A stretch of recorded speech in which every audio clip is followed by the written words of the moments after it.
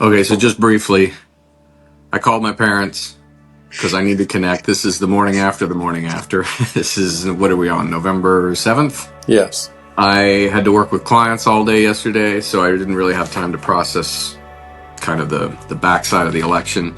I went to reach for my remote control out of muscle memory and realized, you know what, I don't want to hear what the news has to say. I want to connect to people. So I called my parents. I've cried like a baby a little bit already, but I have freed my mind. And then I was asking how my parents are doing. So starting with my dad, he started to answer, and I said, wait, I want to record this. So we're over at Riverside now, and now we're back. So, Dad, you were saying. We're doing okay. I was thinking back yesterday about the number of elections, presidential elections that I've been through in my lifetime. Okay. So the first election I remember was between Eisenhower and Adlai Stevenson. Now, I discovered yesterday that there was two of those. I didn't know that. I just had to look it up.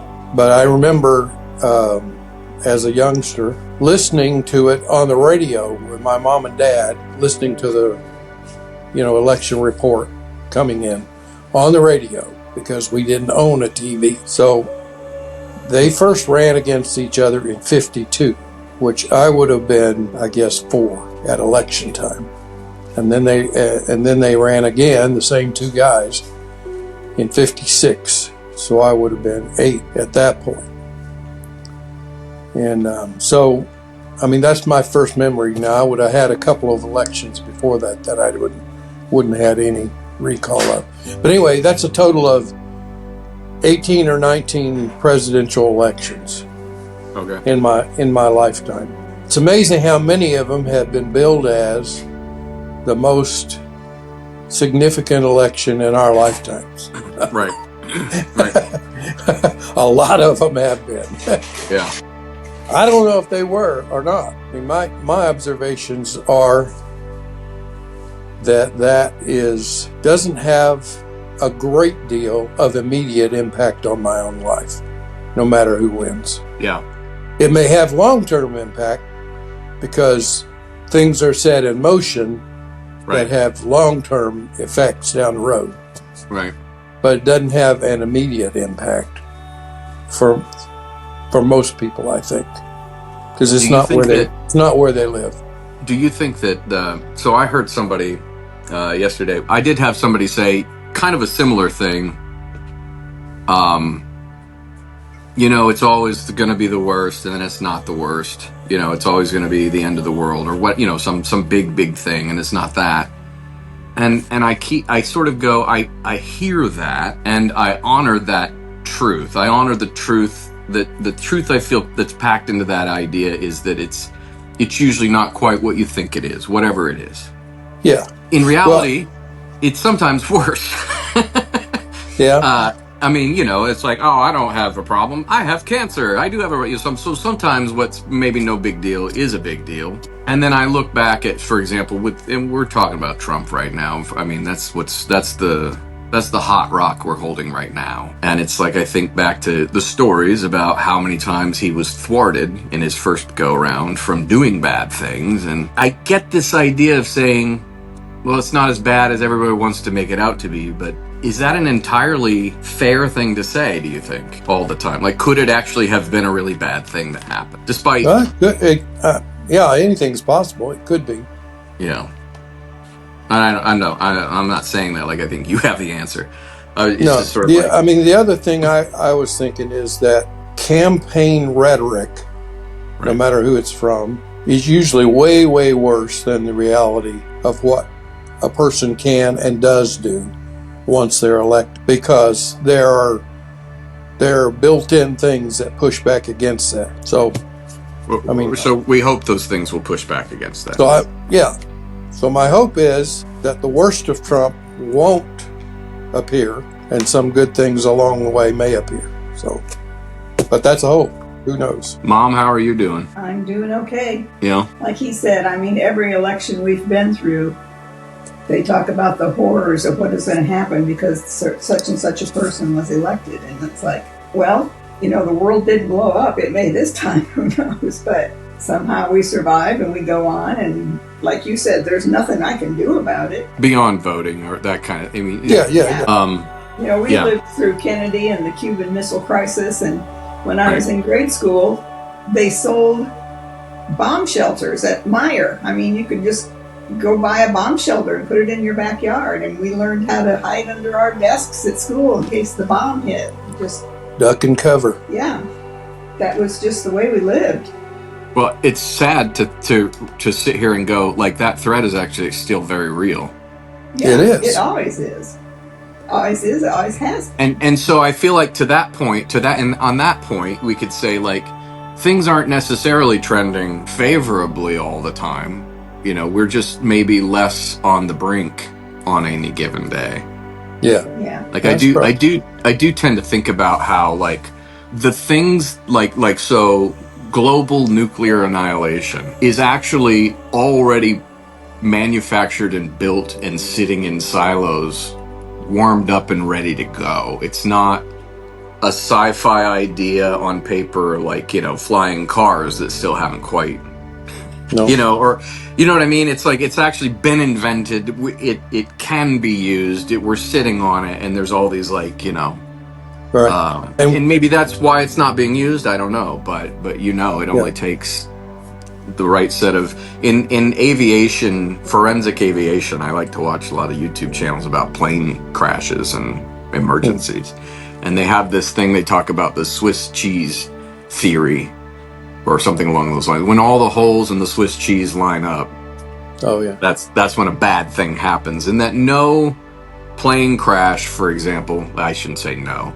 but the majority of, they're not really, you can't really point to one thing that went wrong. It's usually a cascade of things, and that's the Swiss cheese lining up, you know. Yeah. And I know if that feels very real about just the threats that are around us in terms of, you know, the worst of the worst. I mean, to some degree or another, your mom and I have lived through that reality most of our lives. You know, at times it felt more pressing, at other times less so, depending on the general state of things in the world or things between superpowers or whatever. But you're right, it hasn't gone away, and it is real, and it could happen. Well, I appreciate you guys just getting on and letting me cry with you and vent. I wasn't planning to do that part, but apparently I needed it. Well, evidently I triggered it, so sorry about that. No, my triggers are my responsibility. They're never anybody else's. And I also I don't think it's bad to cry. I don't think it's... No, I don't either. I feel like I need to still. I'm not... Of course, there's always hateful people, Mom. I really appreciated your post before things started to roll in about how, you know, either way, some side's going to be devastated here, and let's be nice to each other. Yeah. Sure. Of course, that's the right way to be. And of course, there are lots of people who aren't being that. Yeah. Well, there are. There's this conservative... Unfortunately, a lot of them call themselves Christians. Yeah. Yeah, that's... You saw Hayden's post, right? I did. I commented on it, actually. I saw your comment. I thanked him for keeping it straight in his head, basically. Like Jesus wouldn't be this way, you know? Jesus wouldn't be that way. He wouldn't. He wouldn't be that way. That's true. And to me, again, even to me, like, you guys, I mean, if this is used and anybody sees this, people will know that people who know us know you're a pastor/pastor's wife combo here. Like, you guys are ministers, and I'm a minister's kid who doesn't necessarily believe that stuff anymore. I can still talk about Jesus. Even, like, this happened for me when I was a teenager, still just trying to find my faith. Right. Because the question when I was a kid, really believing it, was still, how do I know it's real? Yeah. How do I know it's even real? Right. And of course, I stayed evangelical for a long time, and so I worked that out. And what I worked out in answer to that question that allowed me to keep being that evangelical Christian, but it also still works as an answer for me now, is even if he's a comic book character, Jesus is a good character to reference for how you ought to be. Yeah, well, that's true.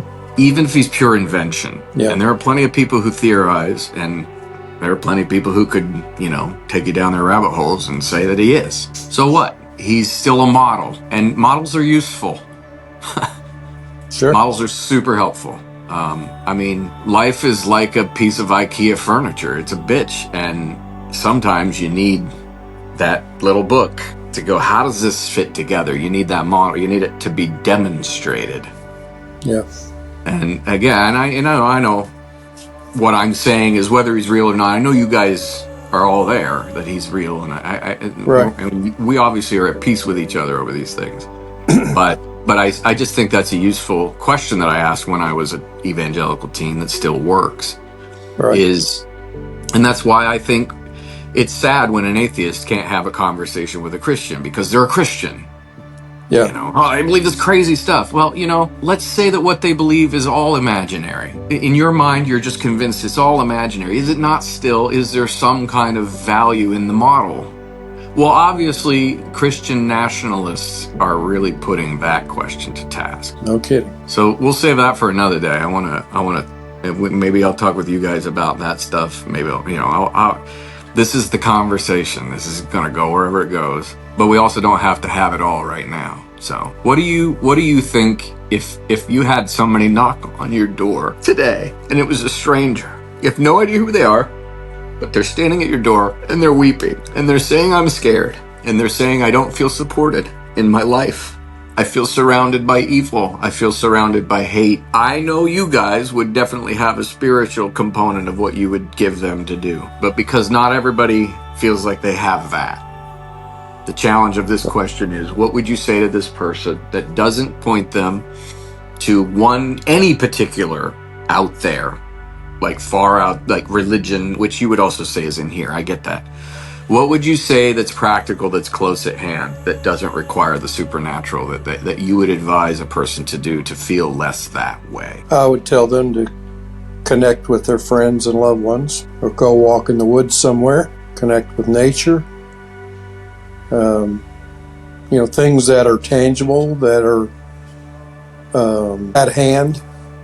Well, another thing I would do is I would say, come on in, sit and listen to them talk. I mean, lots of times when people talk, they're just wanting to talk. They don't want to hear what answers you're going to give them. They want someone to listen to them.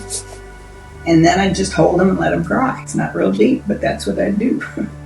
That's pretty Mama, deep. that's why you're a good mom, Mom. You've always been a great mother. Thank you.